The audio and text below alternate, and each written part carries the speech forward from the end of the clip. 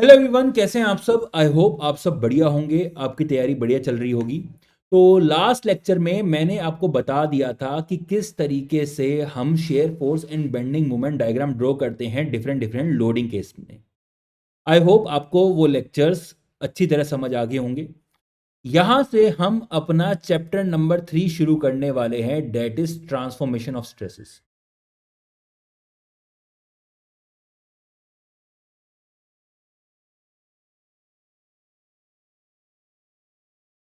तो transformation of stresses क्या होता है, जरा इस बात को समझ लीजिए। यहां पर मेरे पास एक बॉडी है। एक मिनट, इसको मैं ढंग से बनाता हूं। ये मेरे पास एक बॉडी है जिसके ऊपर मैं इस तरीके से लोड लगा रहा हूं।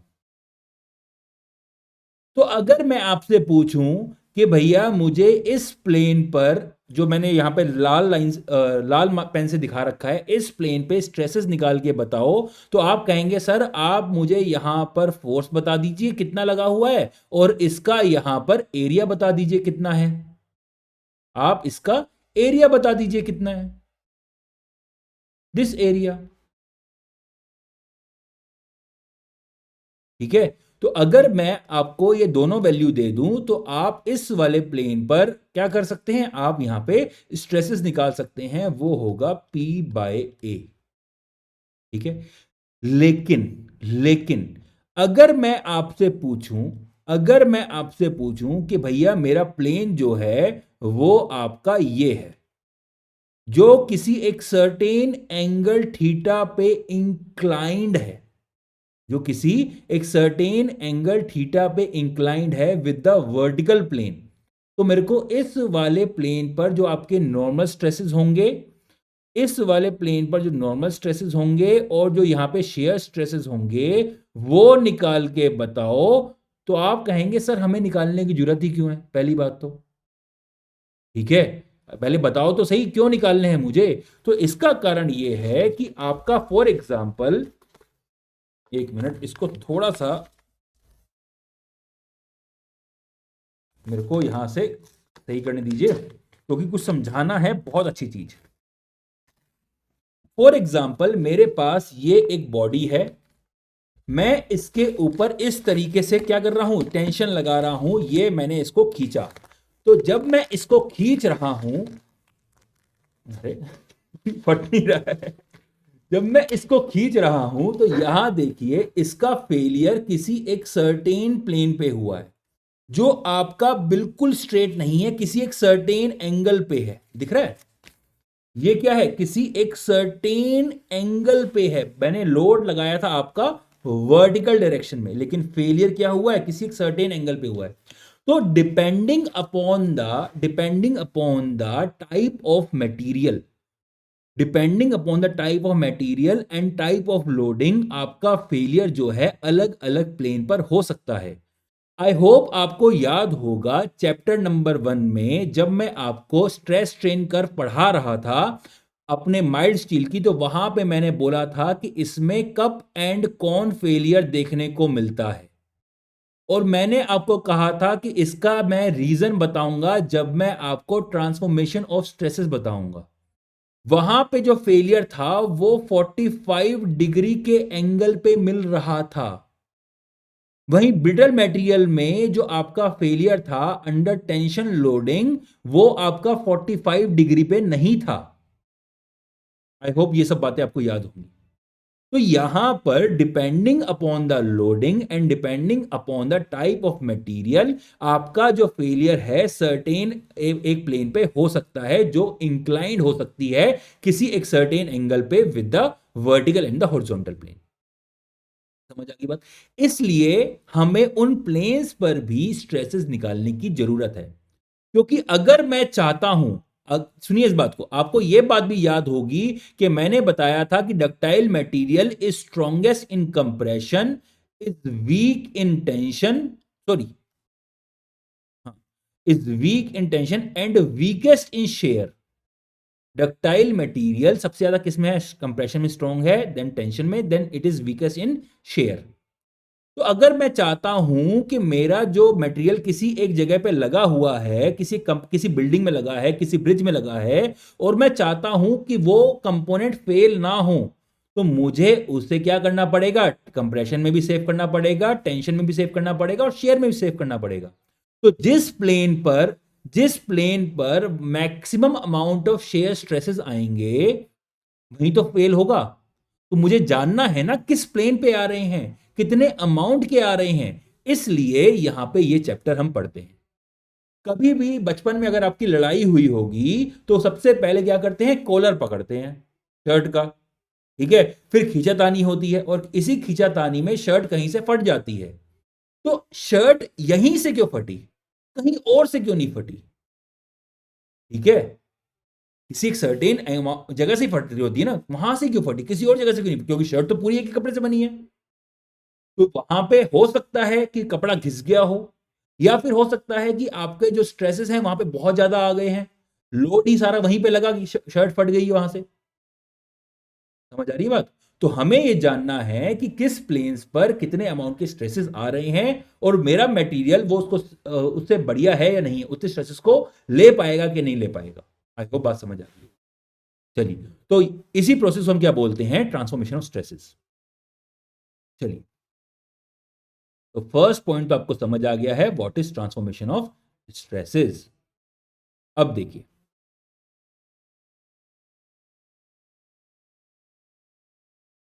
तो यहां पर मैं कोई एक प्लेन ले ले रहा हूं, जो कि इंक्लाइंड है विद वर्टिकल एक्सिस। ठीक है, और यहां पे जो मैंने रोटेशन कराया है वो कराया है एंटी क्लॉकवाइज। कैसा कराया है प्लेन का रोटेशन? एंटी क्लॉकवाइज कराया है। तो यहां पर इस प्लेन पर जो आपके नॉर्मल स्ट्रेसेस आएंगे उसको मैं सिग्मा डैश लिख रहा हूं, और इस प्लेन पर जो आपके शेयर स्ट्रेसेस आएंगे उसको मैं क्या लिख रहा हूं? उसको मैं लिख रहा हूं टाओ एक्स वाई डैश, या टाउ डैश लिख देता हूं, ज्यादा बेटर रहेगा। इतना ऊपर लिखने की जरूरत नहीं पड़ेगी, यहां लिख देता हूं टाउ डैश। ठीक है, तो यहां पे अभी तो मैंने सिर्फ और सिर्फ आपके एक्स डायरेक्शन में दिखाए थे, अब मैं यहां पे स्ट्रेसेस वाई डायरेक्शन में भी दिखा दे रहा हूं। ये सिग्मा एक्स, ये सिग्मा एक्स, ये सिग्मा वाई, ये सिग्मा वाई। यहां पर ये आपका टाउ एक्स वाई, ये भी आपका टाउ एक्स वाई, यहां पर ये आपका टाउ एक्स वाई, और यहां पर ये आपका टाउ एक्स वाई। चलिए, यहां पर एक चीज नोटिस कर लीजिए, ये डायग्राम जो है अपने दिमाग में फीड कर लीजिए, क्योंकि अब जो मैं यहां पे कुछ इक्वेशंस लिखने जा रहा हूं वो इसी डायग्राम से डराइव हुई थी। डेरिवेशन मैं आपको नहीं करा रहा हूं, किसी काम का नहीं है, आपके वनडे एग्जाम में नहीं आने वाला। ठीक है, आपको बता दूंगा कि वो डेराइव कैसे हुआ, लेकिन पूरी डेरिवेशन नहीं करूंगा। चलिए, तो यहां पर आपका जो सिग्मा डैश होता है, चलो एक काम करते हैं, पहले बता देता हूं। तो मैं क्या कर रहा हूं, मैं इसको इस एलिमेंट को मैं इस एलिमेंट को अलग से बना के दिखा दे रहा हूं। मैं इस एलिमेंट को अलग से बना के दिखा दे रहा हूं।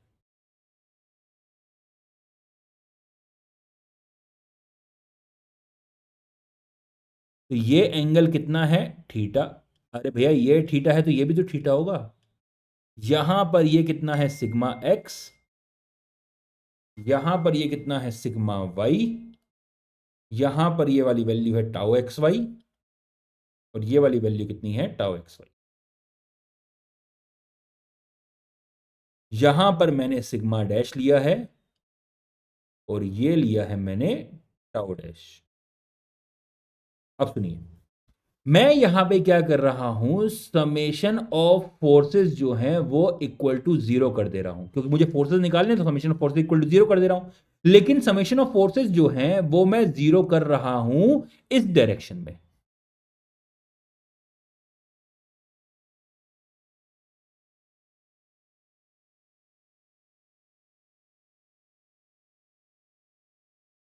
तो ये मेरी एक्स डैश एक्सेस होगी, ये मेरी वाई डैश एक्सेस होगी। ठीक है, समझ आ गई बात? चलिए, तो मैं क्या कर रहा हूं, इस अगर मैं सिग्मा ये एक्स ये है तो इस डायरेक्शन में एक कंपोनेंट होगा और आपका इस डायरेक्शन में एक कंपोनेंट होगा। सिग्मा एक्स के अगर दो कंपोनेंट करूं, ठीक है, एक कंपोनेंट इस डायरेक्शन में, एक कंपोनेंट इस डायरेक्शन में, ये आपका एक सर्टेन एंगल होगा थीटा।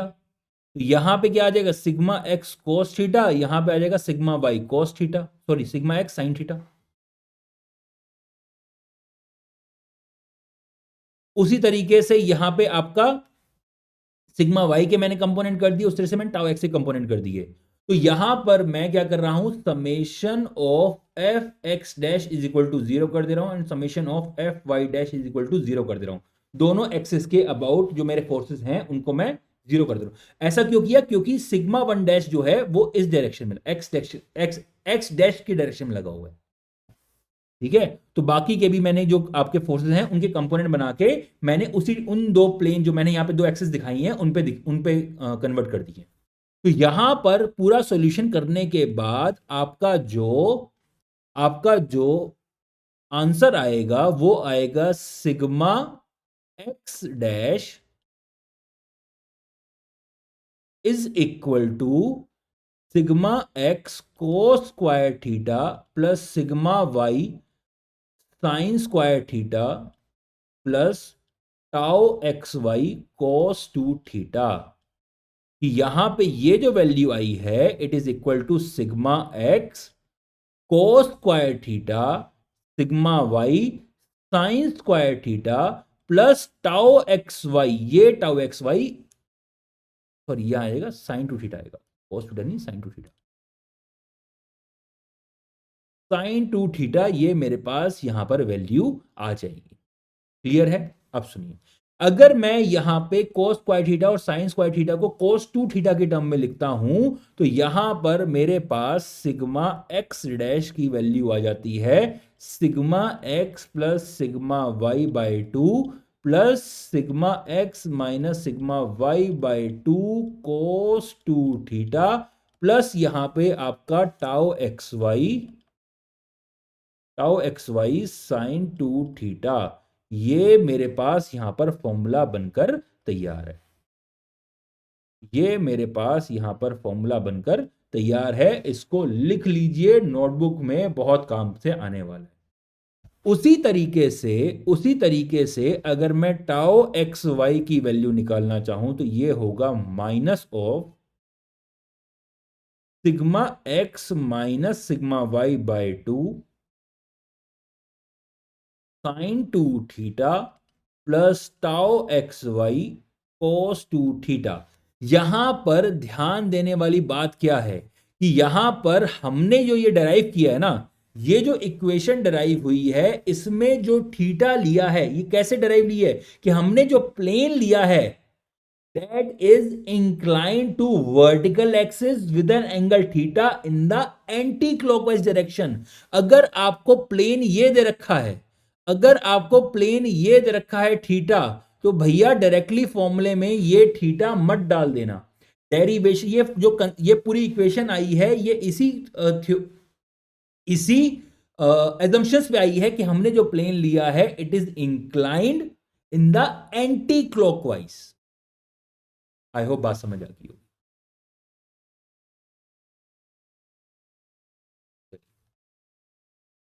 अब देखिए, तो ये मेरा सिग्मा एक्स डैश आ गया। अब मेरे को यहां पे सिग्मा वाई डैश भी चाहिए, वो सब भी मैं आपको निकाल के बताऊंगा, टेंशन लेने वाली बिल्कुल बात नहीं है। अभी बस एक बार सिग्मा एक्स डैश और टाउ एक्स वाई आपके पास आ गया है। अच्छा सुनो, चलो निकाल ही लेते हैं।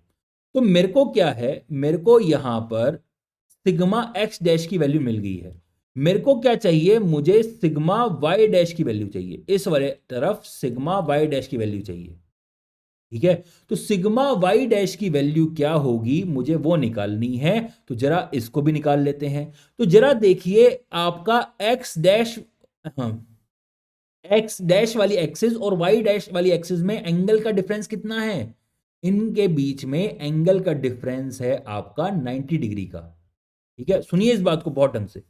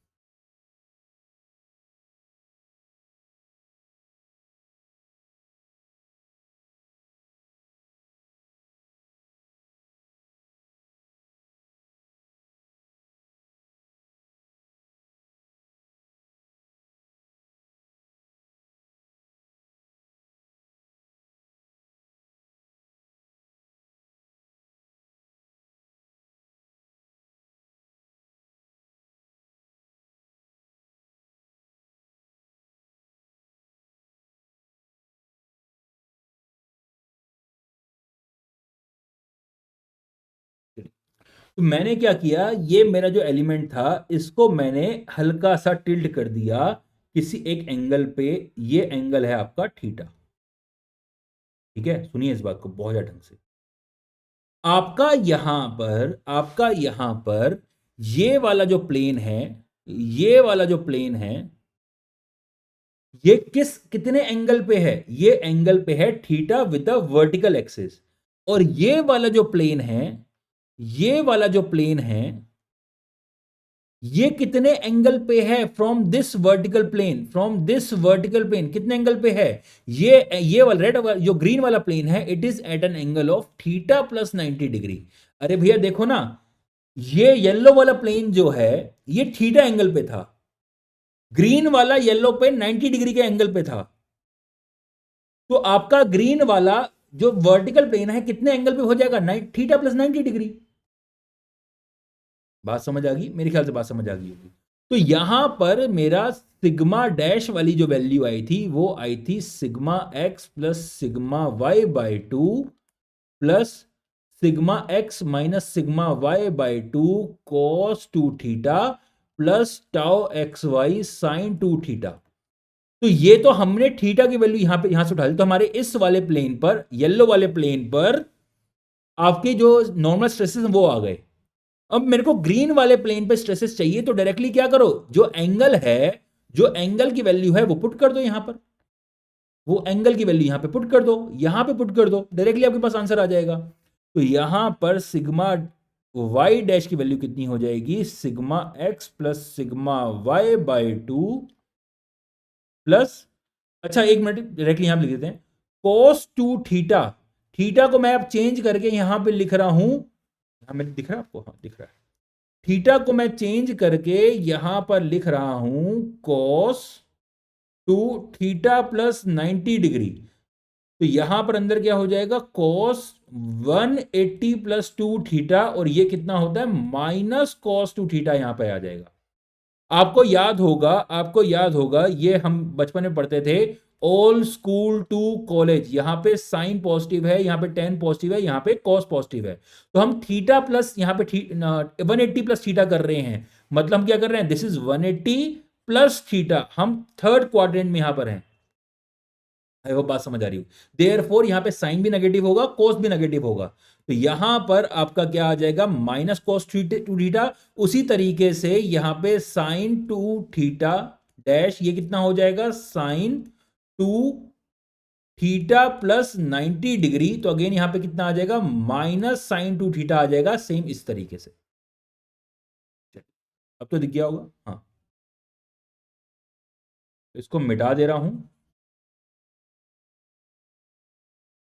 तो यहां पर वैल्यू आ जाएगी minus sigma x minus sigma y cos two theta, और यहां पे वैल्यू आ जाएगी minus tau x y sine two theta. तो this is sigma y dash value. Clear है? चलिए अब देखिए, तो ये मेरा, ये तीनों मेरे पास यहां पे वैल्यूज आ गई हैं। अब जरा एक क्वेश्चन कर लेते हैं। अब जरा एक क्वेश्चन कर लेते हैं। मेरे पास यहां पर एक स्ट्रेस एलिमेंट है,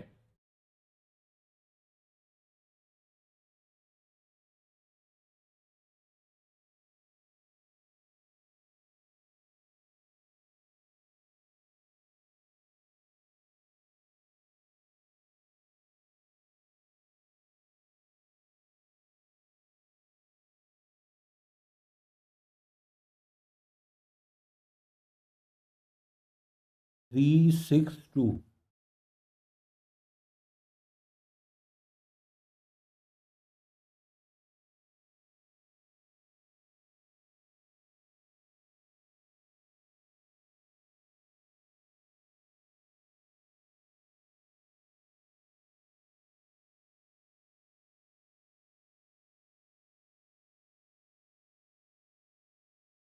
three mega pascal, 6 mega pascal and 2 mega pascal. तो मुझे यहां पर स्ट्रेसेस निकालने हैं on a plane that is at an angle of 45 degree, that is an angle of 45 degree with the vertical plane. मुझे इस वाले सर्टेन एंगल पे स्ट्रेसेस निकालने हैं। यहां पे नॉर्मल स्ट्रेस कितना होगा और यहां पे शेयर स्ट्रेस कितना होगा। चलिए, तो यहां पर आपका फॉर्मूला क्या था, दिस इज 6 मेगा। यहां पे सिग्मा एक्स डैश का फॉर्मूला था sigma x plus sigma y by two plus sigma x minus sigma y by two cos two theta plus tau x y. यहां मेरी फोटो आ रही है, इसको थोड़ा ऊपर कर दूंगा, टेंशन मत लो, साइन टू थीटा। ठीक है, यहां पर जो प्लेन है क्या वो वर्टिकल प्लेन से इंक्लाइंड है? हाँ, देखो इंक्लाइंड है। क्या वो एंटी क्लॉकवाइज डायरेक्शन में इंक्लाइंड है? हाँ इंक्लाइंड है। कितना डिग्री पे इंक्लाइंड है? 45 डिग्री पे इंक्लाइंड है। तो थीटा की वैल्यू डायरेक्टली यहां पे हम पुट कर देंगे, क्योंकि ये एंटी क्लॉकवाइज की तरफ इंक्लाइंड है। समझ आ गई बात? चलिए, तो बस अब यहां पे वैल्यूज पुट कर दीजिए। तो यहां पर वैल्यूज जो आई, सिग्मा एक्स की वैल्यू 6 है, सिग्मा वाई की वैल्यू 3 है, divided by 2 plus 6 minus 3 divided by 2 cos 2 into 45 plus tau x y की वैल्यू कितनी है? 2 है। टाउ एक्स वाई की वैल्यू कितनी है? 2 है। तो यहां पे साइन 2 इंटू 45। यहां पर एक और चीज नोटिस करने वाली है, हमने जो डेरिवेशन किया है ना, जिससे ये मेरे पास इक्वेशन आई है, हमने जो डेरिवेशन किया है जिससे हमारे पास ये इक्वेशन आई है, उसमें हम डेरिवेशन के दौरान हमने जो सिग्मा एक्स है और जो सिग्मा वाई है, दोनों को टेंसाइल फोर्सेस की तरफ दिखाया है, टेंसाइल स्ट्रेस की तरफ दिखाया है। ठीक है, हमने कंप्रेसिव लगा के डेराइव नहीं किया है। इसलिए अगर क्वेश्चन में टेंशन दे रखी हो तो उसको पॉजिटिव स्ट्रेसेस दे कंसीडर करना, अगर कंप्रेशन की तरफ दे रखा हो, अगर यही चीज ऐसे होता, अगर यही चीज ऐसे होता,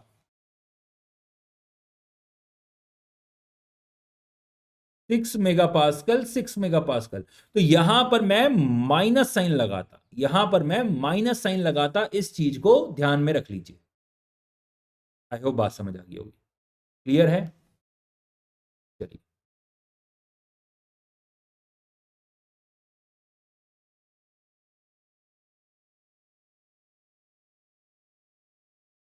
प्लस टाउ एक्स पे कितना है?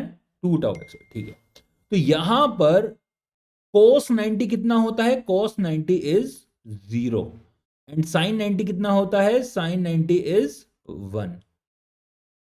तो यहां पे वैल्यू है जी 9/2 4.5 प्लस 2, तो आंसर कितना आ गया? 6.5 mega pascal. 6.5 mega pascal is the correct answer.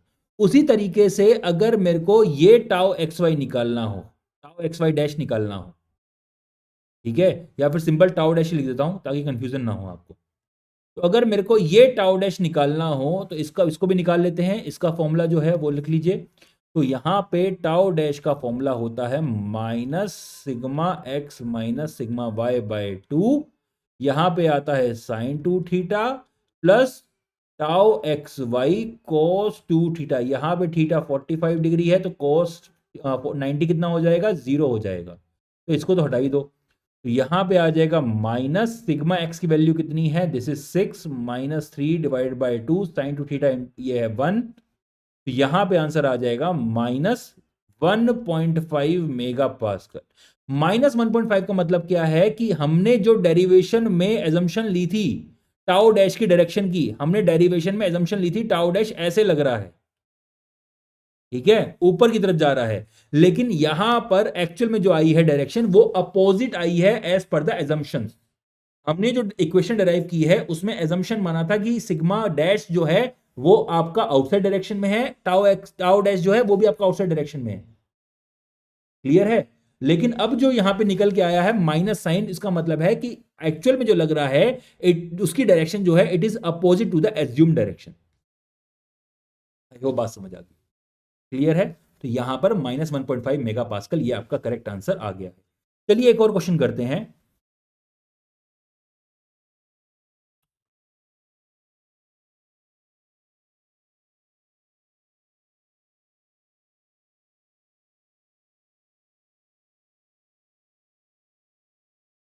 ये है आपका 80 मेगापास्कल।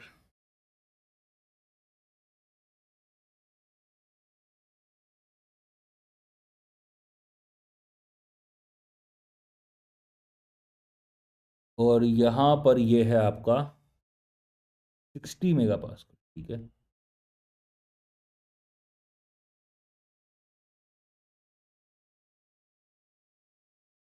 देन यहां पर है ये आपका 100।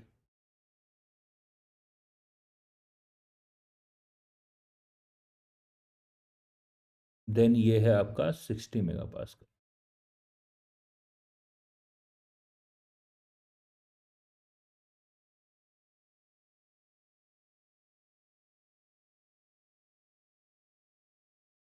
चलिए, यहां पर एक एलिमेंट जो है वो आपको ये दे रखा है।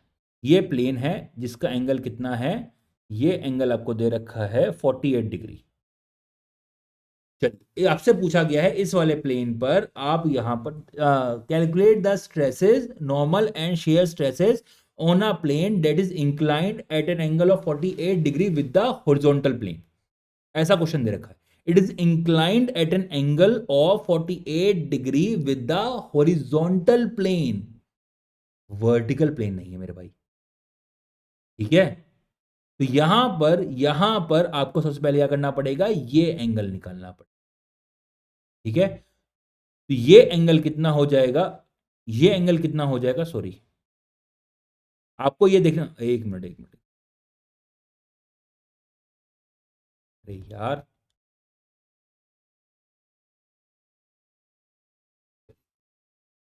तो अगर ये 48 डिग्री है, ये 90 डिग्री है, तो ये एंगल नहीं निकाल सकते हो क्या, आप निकाल सकते हो। तो ये कितना हो जाएगा आपका 42 डिग्री। 42 डिग्री ये मेरे पास एंगल आ जाएगा। ठीक है, यहां पर ये आप जो वैल्यू लेंगे आप 80 की, वो लेंगे -80। जब आप पुट करेंगे वैल्यू तो वो पुट करेंगे -80। और यहां पर देखिए टाउ एक्स वाई, ये अब जो डायरेक्शन है इसकी डाउनवर्ड है, तो इसको हम क्या लेंगे, -60 लेंगे। ये चीज याद रखना, जो हमने आपको यहां पे डायरेक्शन बना के दिखाई है, जो ये डायरेक्शन बना के दिखाई, बोला था कि ये डायग्राम आपके दिमाग में फिट होना चाहिए। टाउ एक्स डेरिवेशन जो इक्वेशन आई है उसमें हमने टाउ एक्स वाई को यहां पे ऊपर की तरफ माना है, पॉजिटिव वैल्यू ली है इसकी। लेकिन यहां पे जो वैल्यू आई है दैट इज अपोजिट डायरेक्शन में आई है। यहां पे टाउ एक्स वाई की वैल्यू क्या है, डाउनवर्ड डायरेक्शन में। आपको भी वैसे भी याद होगा कि यहां पर आप टाउ एक्स वाई को कब पॉजिटिव लेते हैं कब नेगेटिव लेते हैं, आपको फर्स्ट चैप्टर में ही बता दिया था कि यहां पे स्ट्रेस जो है वो एक टेंसर है। तो ये आपका प्लेन का नॉर्मल जा रहा है पॉजिटिव एक्स एक्सिस पे, आपका टाउ एक्स वाई जा रहा है नीचे की तरफ, तो ये होगा नेगेटिव। तो positive negative is a negative value, तो आप जब वैल्यू पुट करेंगे तो आप यहां पे -60 मेगा पास्कल पुट करेंगे। आई होप बात समझ आ गई होगी आपको। तो यहां पे सिग्मा डैश की वैल्यू क्या होगी, sigma x plus sigma y by 2 plus sigma x minus sigma y by 2 cos 2 theta plus tau x y sine 2 theta. ये मेरे पास वैल्यू है, तो बस कुछ नहीं करना, यहां पे आपका सिग्मा डैश कितना हो जाएगा, -80 plus 100 divide by 2 plus -80 -100 cos 2 into theta. Theta कितना है, 48 नहीं है, 42 डिग्री है। वर्टिकल प्लेन से एंटी क्लॉकवाइज डायरेक्शन में हमने यहां पे नापा है। प्लस टाउ एक्स कितना है, -60 sin 2 इंटू 42 डिग्री। तो बस इसको अब सोल्व कर लीजिए, आपके पास आपका आंसर आ जाएगा। अब मेरे पास कैलकुलेटर, चलो देखते हैं।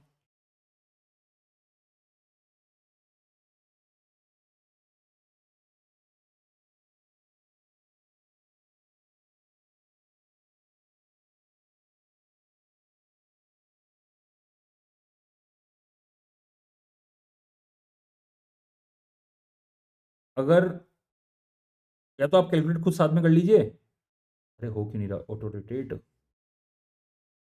अगर आपने कैलकुलेट कर लिया है तो एक काम कीजिए, आप वीडियो को थोड़ा सा आगे कर लीजिए। रिकॉर्डिंग में यही फायदा है कि टाइम वेस्ट नहीं होता है। cos 84 इंटू 180 डिवाइड बाय 2, ये आंसर आया है आपका। ये वाली वैल्यू आई है 9.407 माइनस साइन के साथ।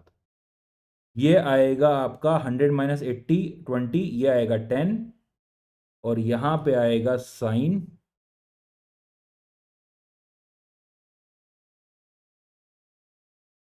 84